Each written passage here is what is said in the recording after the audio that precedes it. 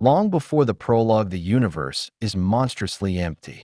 Galaxies, stars, and planets are scattered through this revealed infinity, and charting a path from one star to another is no simple feat, yet the intelligent found a way. They even learned to travel faster than light between stellar systems. Ironic, really, at the end of such a journey, looking back at the star they had departed from, if it could even be glimpsed from within the arrival sphere, they could admire the light it had emitted hundreds or even thousands of cycles ago, and they could return in just a few days, at most, weeks. So far, though, the intelligent species had only ventured within a single galaxy, a loosely knit spiral cloud suspended in the middle of observable infinity. The arrival sphere crumpled and tore space in the vicinity of an unnamed star, a star devoid of planets, but which, over millions of cycles of patient waiting, had managed to capture a handful of wandering asteroids, relics of ancient cosmic disasters.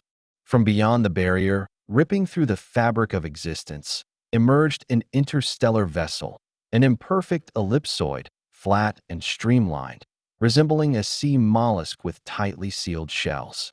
For a while, the disturbed space continued to ripple and churn, but the ship was indifferent to such turbulence, as were those piloting it. The side effects of the jump had no impact on the nearby star. What concern are minor spatial disturbances to a blazing thermonuclear furnace, especially at a distance of several thousand chromospheric diameters? Even the asteroids, fragments of long-dead catastrophes, were unfazed. A fleeting, barely detectable fluctuation in the gravitational field, incapable of shifting even a speck of dust. And how much does a dust grain weigh on the surface of an asteroid? Hardly a cataclysm. Radiation? Also insignificant. Had the surroundings of this stellar system been as empty as thousands of others in the galaxy, nothing more would have happened. But orbiting this star, for what could be considered a long time even by cosmic standards, was a minuscule object, dwarfed even by the asteroids, a rod-like cylinder made of dark material, roughly the size of the beings piloting the newly arrived ship. Here, the spatial disturbances found resonance. Under their influence, the microstructure of the cylinder began to shift. Zones of molecular compression and rarefaction emerged. Crystalline lattices flowed and transformed. Subnuclear bonds reconfigured.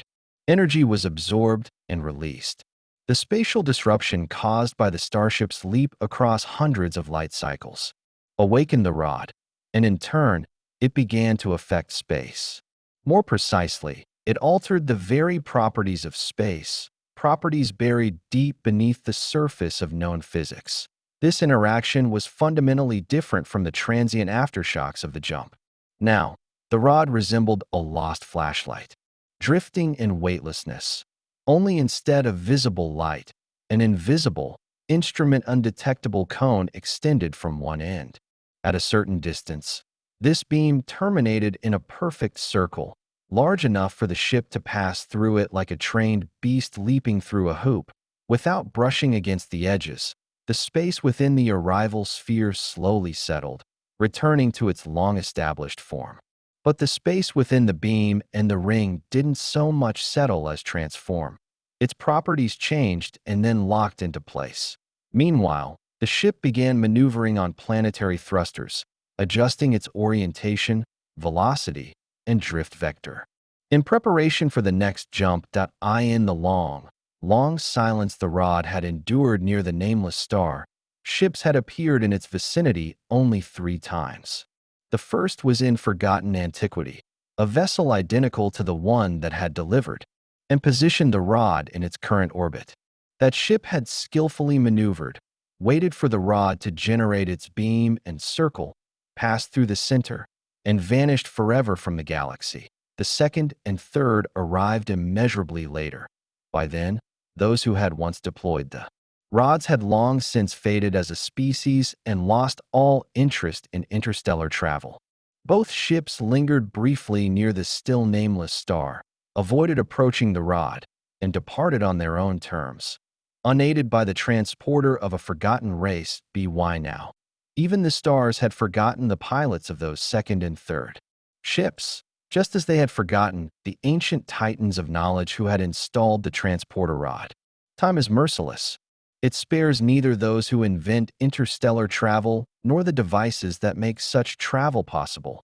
Yet the elongated, dark cylinder, with a length-to-diameter ratio of 1:7, seemed untouched by time. And in a sense, it was. The long-forgotten race of giants left behind no other devices with such properties.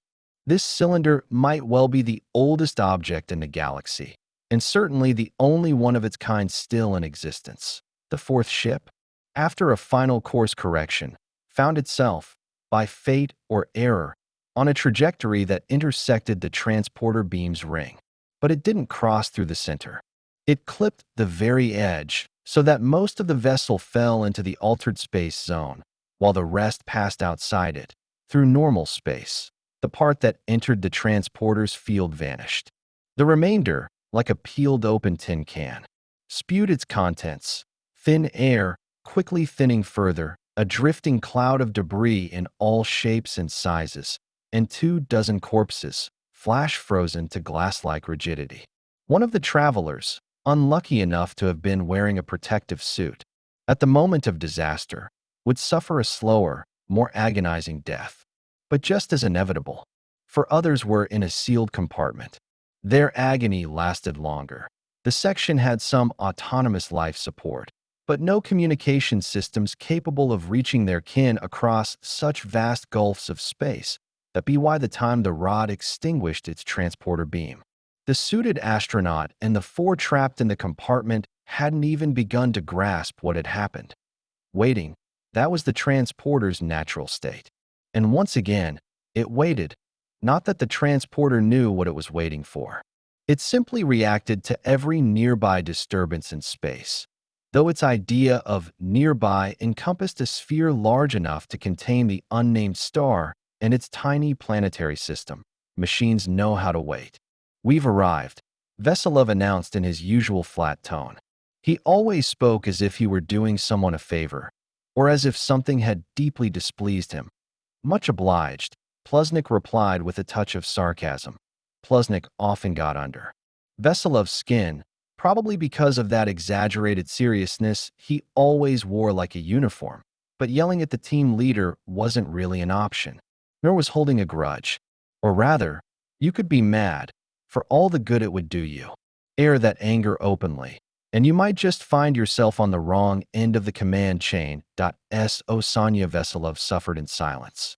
Pluznik, more commonly referred to by the crew as Timurik, gave a regal nod and vanished from the flickering comms projection above the console. Veselov scrunched his nose and stuck out his tongue at the empty space. The raider had indeed arrived at its destination.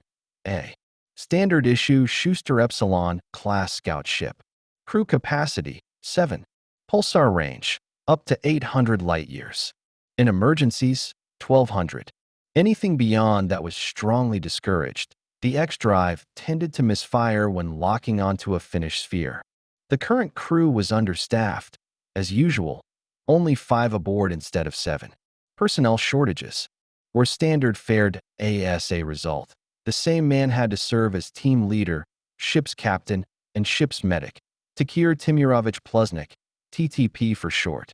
Most women back at the Earth base, with a tinge of bitterness, claimed it stood for tap tossed passed on. And not without reason. When drunk, Timurik was strangely irresistible and had a definite weakness for the fairer sex.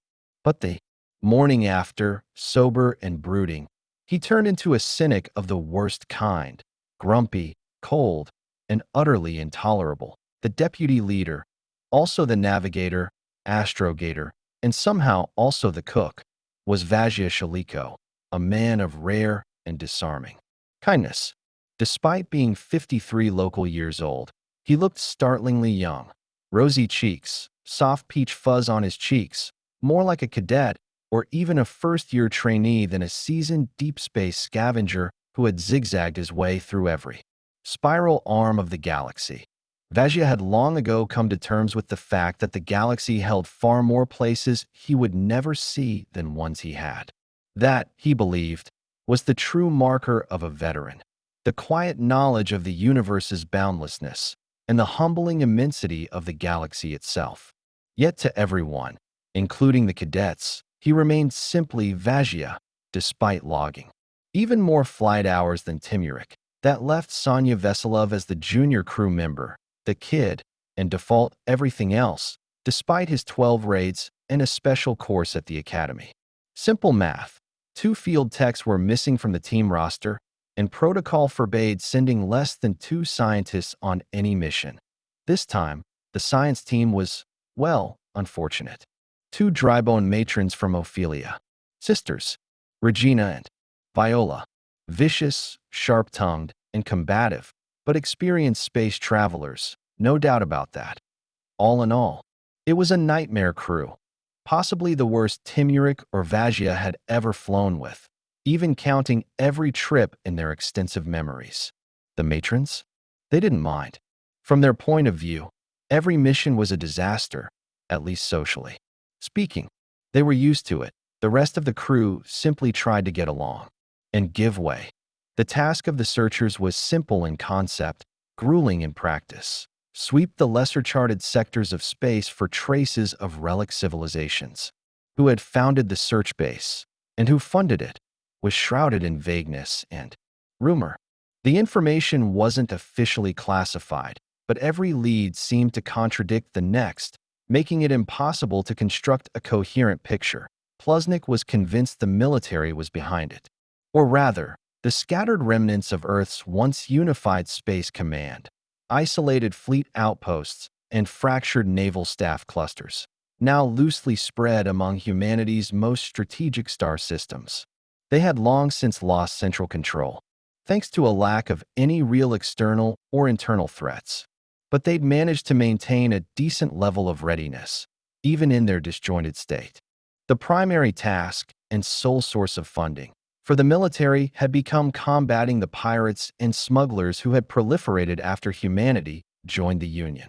Local governments welcomed military assistance, as police units were hopelessly outmatched, too few, too poorly equipped, to deal with the ever-growing fleets of raiders. Why waste resources building up local police forces when elite, well-equipped space troops were stationed practically next door?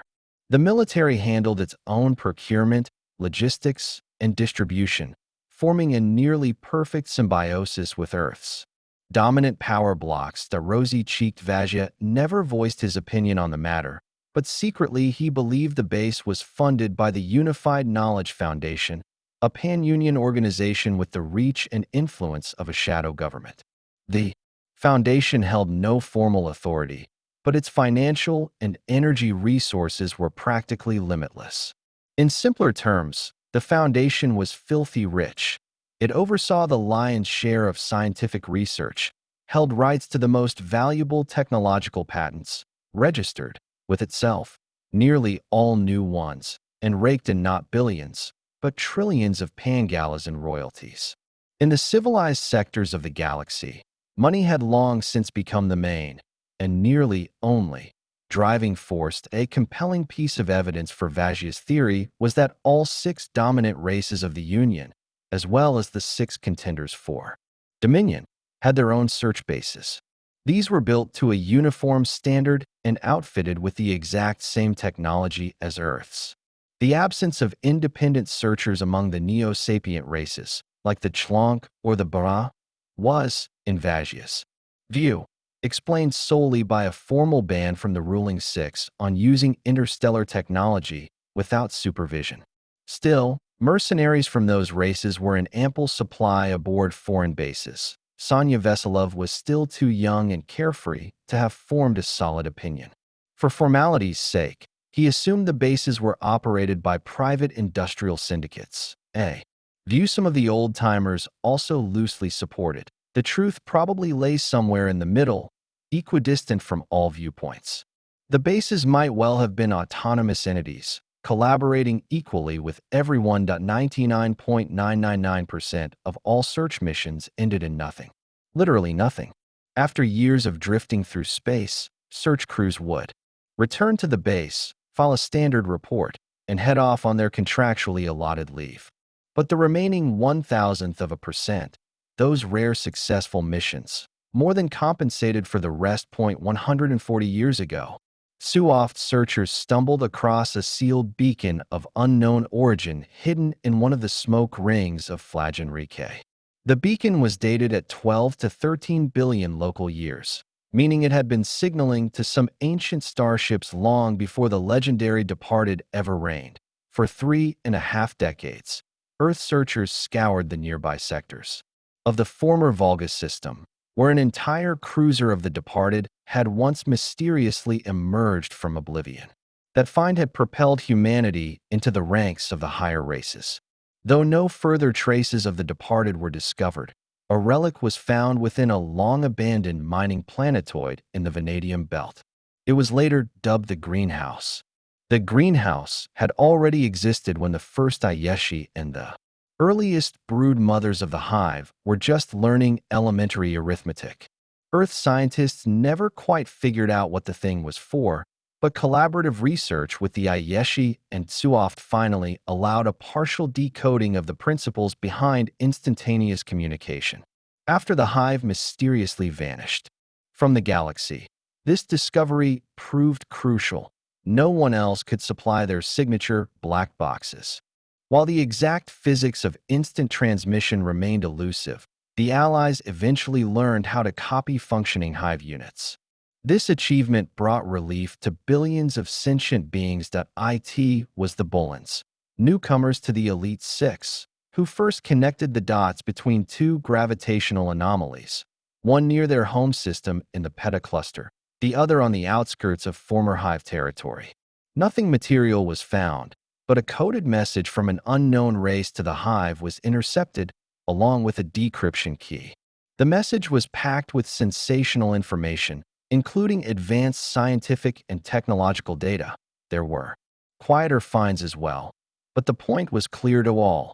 The galaxy was teeming with artificial relics, and they must be hunted down tirelessly. Remarkably, some pirate fleets had voluntarily ceased attacks on search ships, even going so far as to outlaw crews that violated this unwritten code. Brigadier Pluznik had been ambushed twice by pirates, thanks to a jilted technician from Earth's base who spread the rumor that Tim Urich had found something extraordinary and was bringing it home. Each time, the womanizing Brigadier's Schuster was chased in a wild safari across the stars, only for several Space Fleet cruisers to show up just in time. The pirates always scattered. Pluznik would return in triumph with a pompous escort, though, unfortunately, empty-handed. The supposed discovery had existed only in the technician's imagination. In their first few years after the academy and internships, every newly recruited searcher genuinely hoped to find something. Then came doubt, then disappointment tinged with sadness, and eventually, the seasoned veteran's wisdom. Only one in hundreds of thousands ever gets lucky, and the odds that you would be that one, essentially 0 to s. Neither Brigadier Pluznik nor Vazia Shaliko felt any urgency to act on Sonya Vesilov's report of arriving in the scanned sector.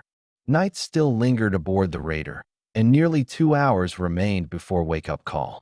Veselov could have easily delayed his report until morning, handing it over at shift change. Neither the Brigadier nor, God forbid, the affable Deputy Vazia Shaliko would have even frowned at such a minor, common-sense deviation from protocol. As for the opinions of the scientific ladies, on the move, they could safely, and consequence-free, be ignored. Yet Veselov still reported in. Despite the local night WY regulation, Tim Urich was now required to head to the control deck and activate the scanning gear personally. But Tim Urich hadn't lost his mind just yet. He wasn't about to crawl out of his warm bed 2 hours early and march across half the ship over a formality. Sleepily, he instructed Veselov to either begin scanning himself or wait until morning, when everyone was up and had eaten. Then, with a clear conscience, he drifted back to sleep. Veselov hadn't expected the old man to come rushing in the moment he filed his report. Truth be told, sitting idle was unbearably dull. He wasn't the least bit sleepy, and for powering on expensive equipment without the performance authorization, not to mention a clumsy attempt at calibration. He could get seriously reamed, complete with a pay cut. Once he received the coveted authorization, Sonya cheered up noticeably and promptly unlocked the scanner control cube. The intricate unit, a product of the scaly swags, wasn't even adapted for Earth's dominant species. The control panel's layout and touchpads clearly designed for four-fingered hands gave away its alien origins instantly. There was a time when all extraterrestrials were simply called aliens. But as humanity gradually integrated into the Galactic Union, that unpleasant word began to fade from usage and memory. It just so happened that the Union adopted no fewer things from humans than humans took from the Union. And regrettably, among the gifts humanity bestowed upon other species, there were more vices than virtues. Earth's dominant civilization, on the other hand, absorbed mostly knowledge and technology, like this cutting-edge scanner, for instance. In terms of range and analytical precision, it had no equal in the galaxy. It was jointly developed by the Ayesher and Azani, tested by the Swain and Tsuoft, manufactured by the Swags, and distributed to all species operating search bases, which, of course, was why powering it up without clearance could have earned Sonya a world of hurt. Humans still didn't produce devices of this caliber. Yet, despite it all, Sonya Veselov knew how to use it, and use it well.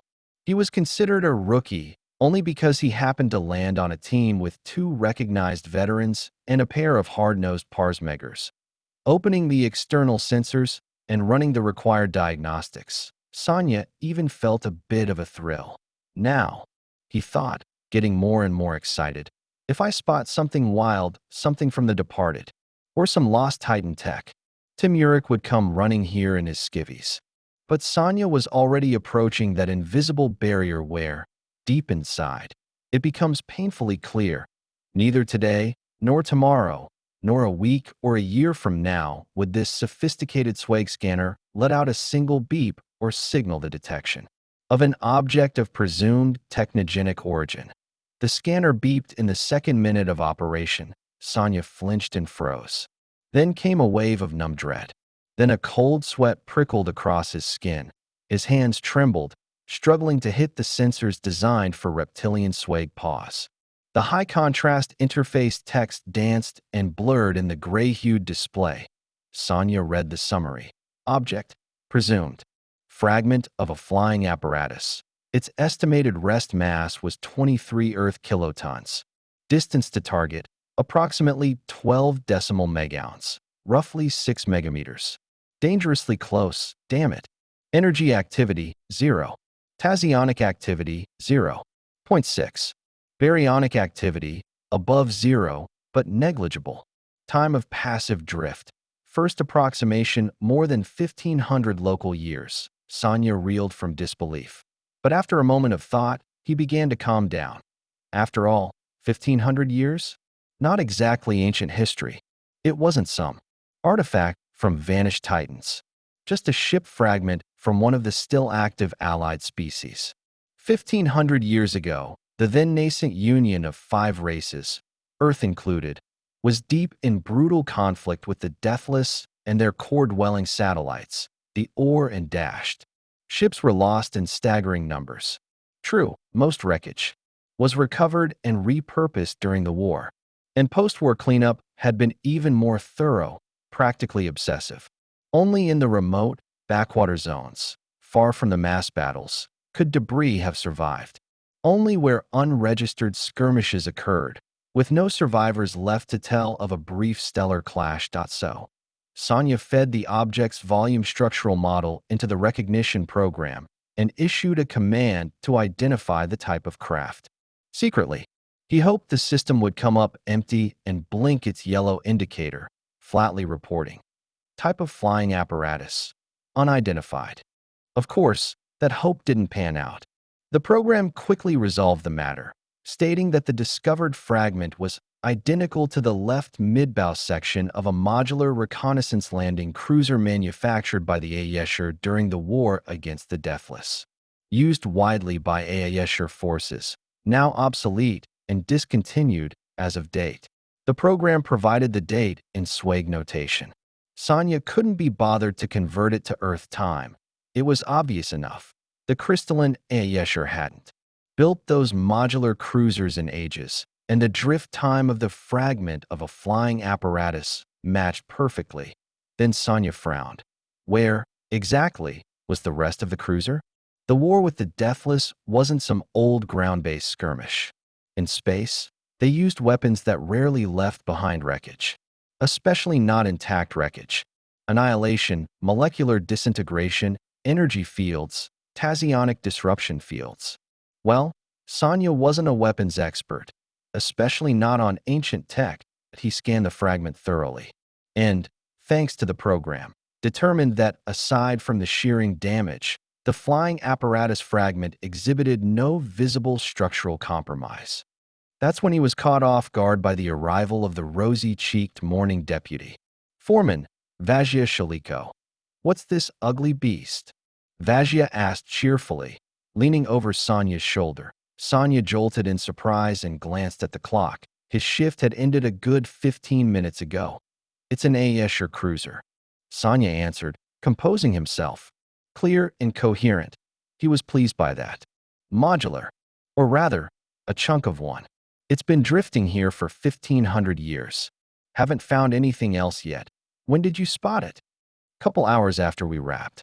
I reported to Tim Urich. He told me to run the scan before we started the ascent." "All right then." Vajia gestured for Veselov to give up the seat and plopped into the chair himself. His hands fluttered over the alien console, clearly designed for a four-fingered hand with digits longer than a human's. The Pombrick deftly brought up columns of data on the volumetric screen, opened tables and directories, launched the library and the svodary.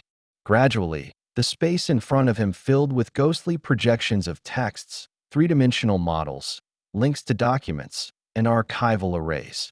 "Taking over the watch," Vajia muttered without looking back. "Go catch up on sleep." But Sonya still didn't feel sleepy. He had already snoozed through the first half of his shift, eyes closed. Since the jump preparation and the jump itself required no human involvement, the automatics handled everything. But a bite to eat certainly wouldn't hurt. "Anything to snack on?" he asked cautiously. "See, Vajia Shaliko usually stopped by the control room before heading off to prepare breakfast.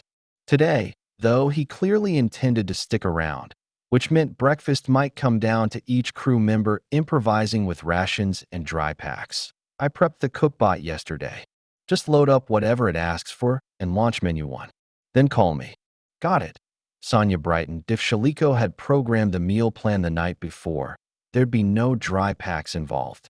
Even the prickly science ladies didn't mind throwing some real food into the kitchen machine when that was the case. "I'm off." The oversized guppy snapped off a jaunty salute and slipped out of the control room, nearly bumping into the team leader by the partition. "Morning, Tim Urich." "Vajja's got the watch." "Right." The team leader acknowledged with a long yawn. "Carry on." He didn't know anything yet today. An hour later, Sonya returned to the control room, having successfully mastered the kitchen automaton and politely bowed out from the twin deck, where the scientific harpies were buzzing. Tim Urich and Vajia, nose deep in the clutter of volumetric displays, were absorbed in deciphering the unexpected discovery. They mumbled constantly and occasionally hissed at each other. Veselov kept quiet at the astrogator's station, eyes wide, watching the veterans at work. "Did you check the cut?" Tim Urich asked, feverishly flipping through a bottomless registry inside one of the video cubes. "Yeah. Smooth as a mirror," Vajia replied. "Polished it, didn't they?" "Polished it," Tim Urich confirmed acidly.